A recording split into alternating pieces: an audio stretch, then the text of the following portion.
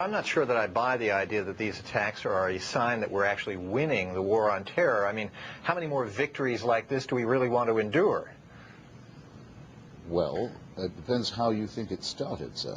I mean, these movements had taken over Afghanistan, had very nearly taken over Algeria in an extremely bloody war, which actually was eventually won by Algerian society.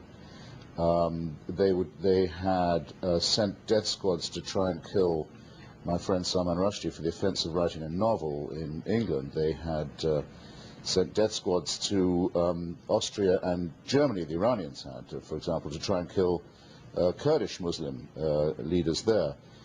If you make the mistake that I thought I heard you making just before we came on the air, of attributing rationality and motive to this, and to say that it's about anything but itself, you make a great mistake, and you end up where you ended up, saying that the cause of terrorism is fighting against it.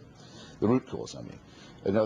You even said, extraordinarily to me, that there was no terrorist problem in Iraq before 2003. Do you know nothing about the subject at all? Do you wonder how Mr. Zarqawi got there under the rule of Saddam Hussein? Have you ever heard of Abu Nidal? Have you ever heard of Abu Nidal, the most wanted man in the world, who was sheltered in Baghdad? The man who pushed Leon Klinghoffer off the boat was sheltered by Saddam Hussein. The man who blew up the World Trade Center in 1993 was sheltered by Saddam Hussein. And you have the nerve to say that terrorism is caused by resisting it and by deposing governments that endorse it.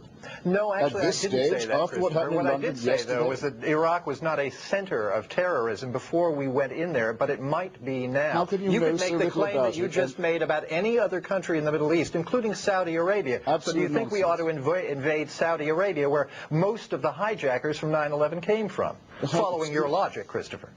No, excuse me. The hijackers may have been Saudi and Yemeni, but they were not envoys of the Saudi Arabian government, even when you've said the worst. Zarqawi is not an envoy of Saddam Hussein either. Excuse me, when I went to interview Abu Nidal, then the most wanted terrorist in the world in Baghdad, he was operating out of an Iraqi government office. He was an arm of the Iraqi state, while being the most wanted man in the world.